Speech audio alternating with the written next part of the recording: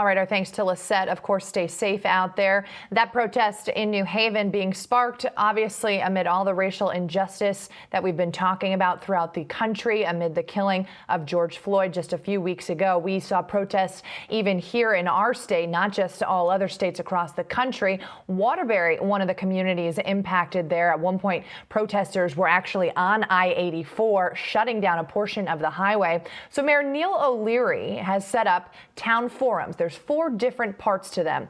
Yesterday, Chief of Police Fernando Spagnolo of the Waterbury Police Department held his town forum. It was done over the radio and also on the mayor's Facebook page. He joins us now this morning. Chief, good morning. Good morning, Margot. Thank you for having me.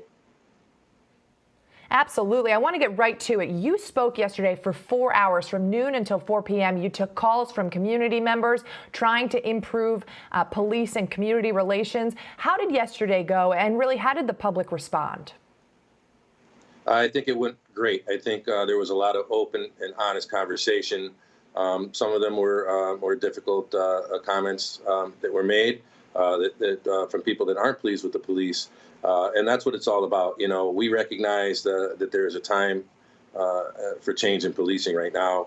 And we want to work with our community, especially on that local organic level, to really root out the problems and the issues that are impacting our police department's relationship with our community.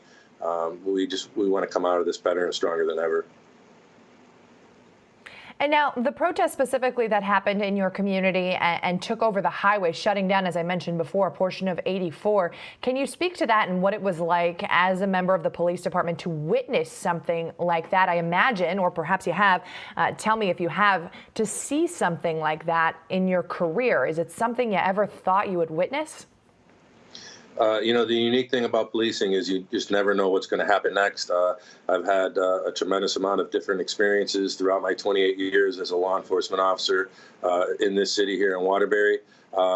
This particular protest and the way it ended was significantly different than anything that I had ever experienced before. And it was tragic for our community.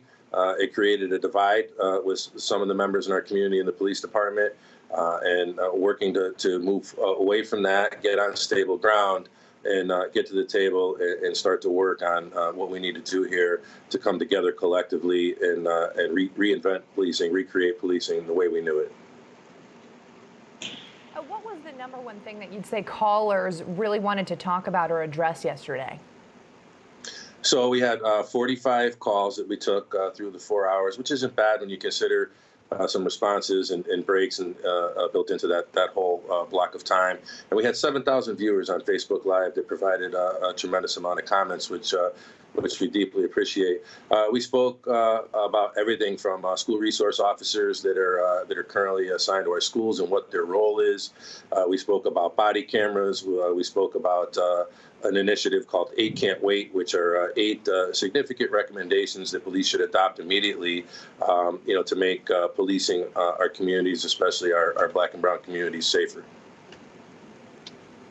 All right. Well, Chief, we really appreciate you calling into the Fox 61 Morning News, of course, wishing you all the best and that you and your department and your community stay safe.